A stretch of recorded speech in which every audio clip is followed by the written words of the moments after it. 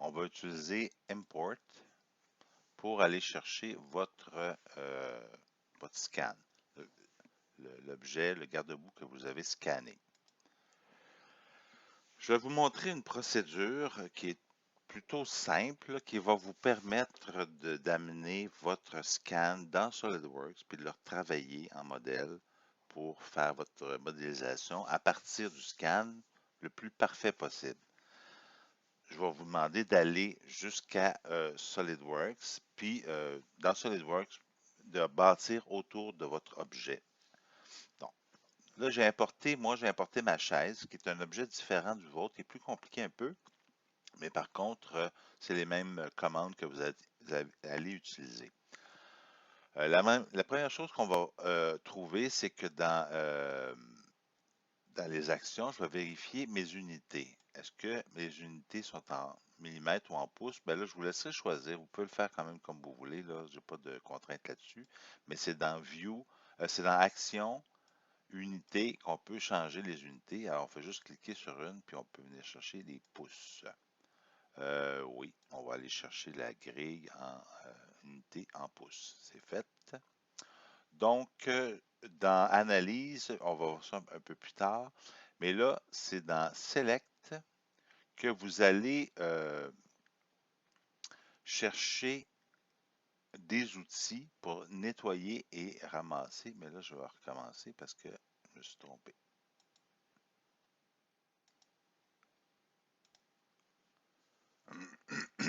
OK, donc on a changé les unités. Là, l'autre chose que je vais vous montrer, là, c'est de replacer l'objet d'une façon plus naturelle. Là. On voit que ici, je n'ai pas le plateau, mais on peut faire apparaître dans View Show Printer Bed. Fait que là, ça va nous placer dans l'espace. Puis si je fais, ça c'était dans View Show Printer Bed. Là, si je vais dans Edit, Transform, je vais être capable là, de le bouger ou à peu près. Excusez, là.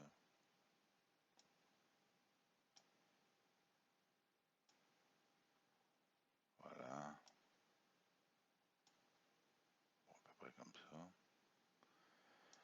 Puis je vais aller dans World Frame. Ça va aller mieux. Là, je vais le descendre ici. Je vais me faire une vue de top. Donc, je vais le placer comme ça ici. Puis, je vais le tourner.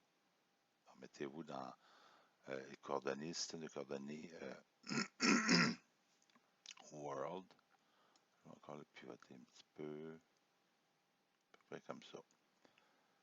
Ensuite, je vais aller sur une vue de droite.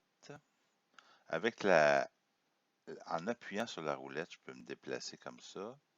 Puis, en roulant à gauche, en haut ou en bas, on peut agrandir ou rapetisser l'image. Je vais la placer comme ça.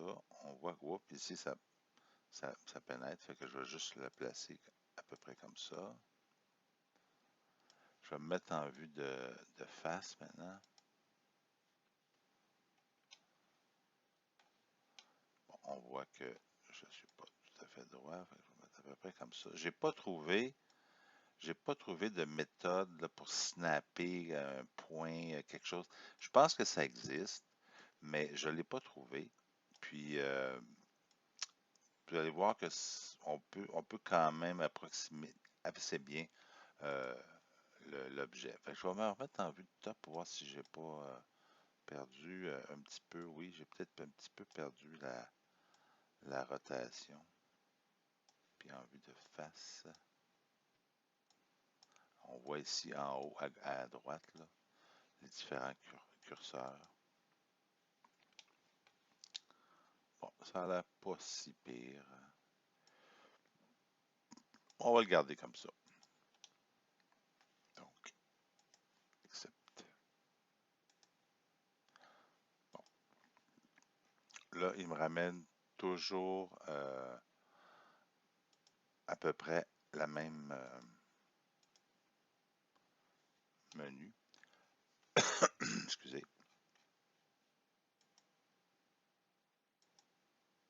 C'est beau, ça va bien. Je vérifie que mon enregistrement... OK, donc avec la roulette, on drague, puis on avance, on zoome. Avec la touche de droite, c'est avec la touche de droite qu'on pivote un petit peu. Là, il y a différents outils. Je vais quand même aller au plus essentiel.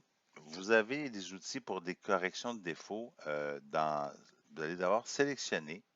Si je sélectionne, puis bon, ça c'est la grosseur de mon outil de sélection. Si je ne veux pas trop déformer, je peux aller chercher un outil qui n'est pas trop grand. Puis je vais aller proche de mon défaut. Puis on va aller dans Edit, puis on va effacer et remplir. Donc ça, c'est la façon la plus facile j'accepte, de corriger les défauts. Je vais prendre ça ici aussi, le petit défaut de surface ici. Je vais faire Erase and Fill. Voilà, j'accepte. Je peux prendre aussi un peu plus grand. Puis, je vais regarder les différents outils. OK, Disk, Unwrap Brush, Sphérique, Brush. On va le laisser par défaut comme il était. Puis là, je vais prendre une surface un petit peu plus grande ici. Puis, je vais faire la même chose. Erase and Fill. On peut déformer aussi. Si on fait Smooth, qu'est-ce qu'il va faire? Accept. Clear Selection, on va aller voir qu'est-ce qu'il a fait. Ouais, c'est pas parfait. Je vais refaire sélectionner. Je vais aller chercher ça ici. Comme ça, puis je vais faire Erase and Fill. Il y a plusieurs trucs, comme je vous l'ai dit. Je n'ai pas tout regardé, là, mais je vais vous montrer l'essentiel. Fait que je vais accepter. On peut en faire plusieurs en même temps. Ici, je vais me mettre un peu plus petit. Je l'ai fait l'autre fois, puis j'ai vu que oups, ça c'est trop petit. J'ai vu que j'avais déformé pas mal mon devant. Donc ça, c'est vraiment bien pour les défauts. Si vous avez une surface pas trop compliquée, là, il efface puis il refait une surface en essayant de se baser sur celle sur laquelle il était. Puis la dernière que je vais faire, ben, il y en a d'autres là. Ah, un important ici. Je vais essayer d'en faire plusieurs en même temps, donc on va le sélectionner ici. Parce que c'est des défauts importants. C'est pas très grave parce que dans SolidWorks, je vais être capable de corriger certaines choses ici. Erase and Fill. Accept. Clear Selection. Donc, on voit que c'est quand même pas si pire, là. Pas parfait, là, mais ça va. Dans SolidWorks, de toute façon, on va refaire les esquisses, fait que ça n'a pas besoin d'être parfait. Là, je pourrais travailler beaucoup plus mon objet si je voulais, par exemple, l'imprimer, évidemment. Donc, il y a un autre outil intéressant, c'est dans Sculpt. Là, je vais aller chercher aussi des outils pour modifier ma forme. Je peux étirer, je peux aplatir. Je n'ai pas joué beaucoup avec. Je l'ai déjà fait, ça fait des choses un peu compliquées. Mais je vais vous suggérer simplement d'aller chercher un smooth, robust smooth. Fait que là, je peux agrandir un petit peu mon outil. Puis là, vous allez voir, si je zoome, qu'est-ce qu'il fait? Il vient vraiment corriger. Puis dans le dos, ici, j'ai une texture pas très jolie. Fait que je vais simplement passer mon outil Smooth par-dessus. Ça me permet de modifier. Pas des gros défauts. On voit qu'il y a une limite. J'ai l'impression que la profondeur,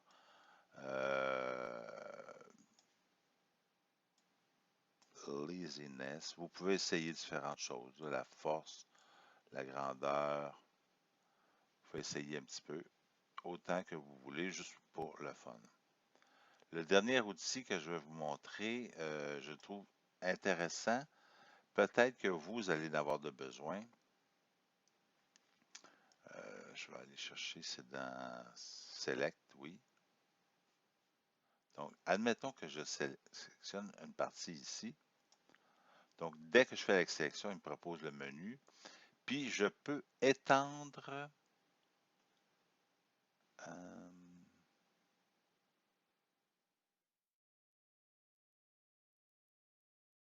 hop là, si j'ai vu ça, moi.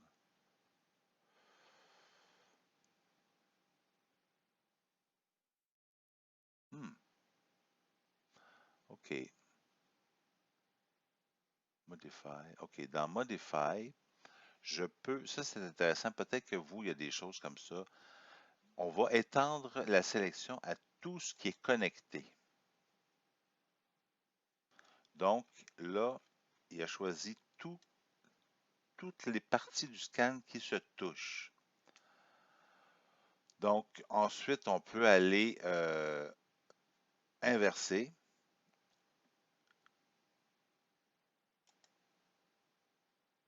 Donc, là, il a choisi tout ce qui n'est pas connecté. Puis, on pourrait choisir Discard. Mon exemple parle pas beaucoup, mais dans une des vidéos, on voit qu'il y avait toutes sortes de petits bouts de scan qui traînaient un peu partout. Fait que c'est la façon de nettoyer puis d'éliminer tout ce qui pourrait nuire. Fait que j'ai fait une petite capture d'écran dans un truc que je vais vous distribuer, que je vous ai déjà distribué, mais je vais vous partager. Donc, c'est euh, sélectionner une partie du modèle, étendre, invert, tout ce qui n'est pas connecté, puis effacer, discard, euh, toute la sélection qui ne serait pas dans votre modèle. Ça peut être très commode de faire ça dans certains cas, et je pense peut-être dans certains garde-boue. C'est pour ça que j'en parle. Bon, maintenant, la chose la plus compliquée, c'est boucher. Vous autres aussi, vous n'avez pas de fond, donc on veut le boucher. Je ne sais pas si c'est parfaitement nécessaire, mais ce que je vous propose, moi, c'est d'utiliser pardon, la fonction Make Solid. Avant de faire Make Solid, je vais vous dire aussi qu'il y a une autre façon de réparer, c'est avec le Inspector. Donc, dans Analyse, Inspector, là, il voit qu'il n'y a pas, il pourrait réparer, par exemple, il, a pas, il a sélectionné évidemment en bleu là, une surface un contour qui n'est pas beau, puis il manque le fond aussi. Mais si vous faites ça, vous autres, vous en avez beaucoup de défauts dans vos garde-boue, fait que c'est certain qu'il va y avoir un paquet de flèches qui vont apparaître, mais ne le faites pas parce que vous allez voir, ça va être très compliqué. Si je peux me permettre, je vais vous montrer ce que ça pouvait donner. Ici, dans un des garde-boue, vous voyez, là, il y a vraiment beaucoup de défauts. Vous allez en avoir aussi. Donc, j'ai testé, puis vraiment, Make Solid, c'est vraiment la façon de corriger le plus possible. Fait qu'on ne fera pas ça. On va aller dans Edit, Make Solid. Puis là, ça va prendre un certain temps, mais ça fonctionne super bien.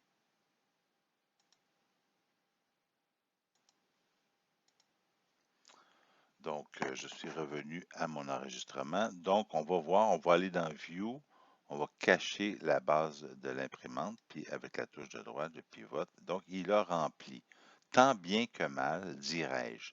Est-ce que j'ai besoin de le nettoyer? Ben, je pourrais. Ça pourrait être un peu long et laborieux. Je ne le ferai pas. C'est pas si, comme je vous l'ai dit, on va passer dans SolidWorks, puis on va régler plus de problèmes dans SolidWorks. OK, donc, la dernière étape consiste à exporter le modèle. Donc, on va aller dans File et on va aller dans Save As, pardon. On va l'enregistrer sous. Puis là, il y a différents formats. Ah, c'est pas ça pantoute. Annuler. Donc, c'est Export, excusez. File, Export.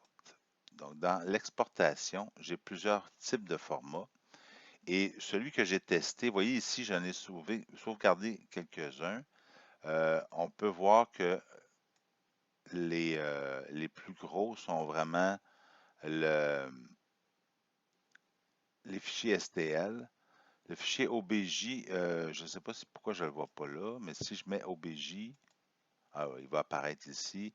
On voit qu'il est quand même beaucoup plus petit. Il est 5 MB au lieu de 20 MB. Alors, je l'ai testé avec OBJ, puis ça fonctionne. Je vais l'appeler test. Donc, j'enregistre en OBJ. Pardon. Mon fichier.